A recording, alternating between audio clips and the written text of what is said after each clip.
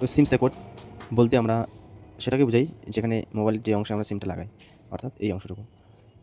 তোমরা কিন্তু দেখতেই পাচ্ছ এখানে দুটো অংশ আছে যেখানে আমরা সিম লাগাই।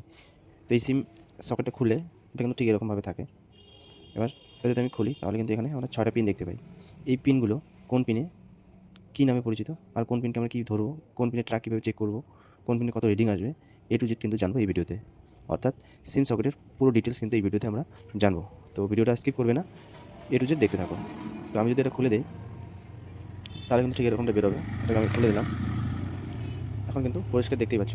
সিম আইসি, এই সিম সকেটের একটা আইসি হয়, সেটা শুধুমাত্র কিপ্যাড নোকিয়া যতগুলো ফোন আছে ওল্ড মডেল সেই সব মোবাইলে কিন্তু আমরা সিম আইসি দেখতে পাই। আর এই আইসি চতুর্ভুজ হয়, সিলভার কালারের। এর কাজ সিম যাতে ঠিকঠাক কাজ করে সেই কাজই করে সিম আইসি। আর যদি সিম আইসিটা খারাপ হয় তাহলে সেক্ষেত্রে নো সিম, ইনসার্ট সিম, অর্থাৎ নেটওয়ার্কের প্রবলেম আসে। এই সিম আইসির 8টি পিন থাকে, এটি খারাপ হলে চেঞ্জ করা যায়, অথবা তোমরা চাইলে সেটাকে জাম্পারও করতে পারো। সকেট ওপেন করলে সেটা খুললে কিন্তু আমরা এই 6টা পিন দেখতে পারবো, ঠিক এরকম। এই 6টা পিনে কী কী নামে পরিচিত। তো এই 6টা পিনের মধ্যে তোমাদের সর্বপ্রথম খুঁজে বের করতে হবে এই 6 পিনের মধ্যে গ্রাউন্ড পিন কোনটি। মাল্টিমিটার বি ব্রেঞ্চে রেখে মাল্টিমিটারকে বি ব্রেঞ্চে রাখবে, রাখার পর সেটাকে সাইডে রাখবে। আর এই 6টি যে পিন আছে তার মধ্যে তোমার এই লাল পপ সেটা যাবে গ্রাউন্ডে।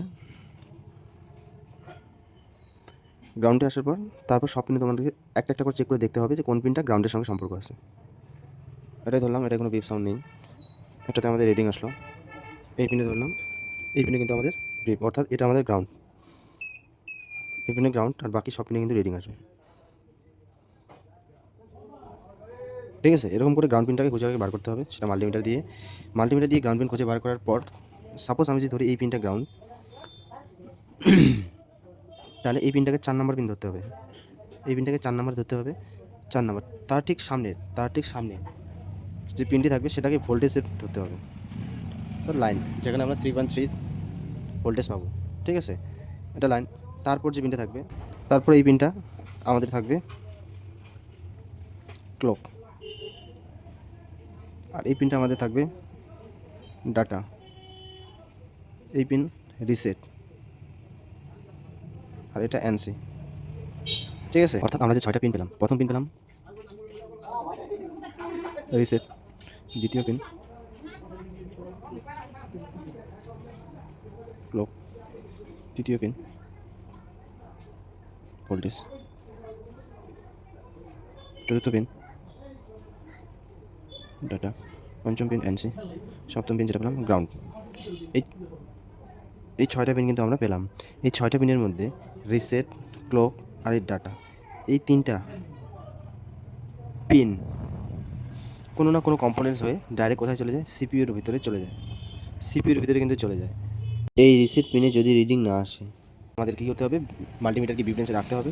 রাখার পর মাল্টিমিটারের এক প্রপাতে একটি তার রিসেট পিনে রেখে আমার যে কম্পোনেন্ট সেই কম্পোনেন্টের মধ্যে বাকি যে কম্পোনেন্টগুলো থাকবে সেই লাইনটা টেস্ট করতে হবে, অর্থাৎ ট্র্যাকিং করতে হবে যেখানে পর্যন্ত বিপ, অর্থাৎ যদি রিডিং না আসে তার মানে কি সেই লাইনটি ব্রেক হয়ে গেছে। সেই লাইনটি ব্রেক হয়ে যাওয়া মানে সেখানে রিডিং না আসা।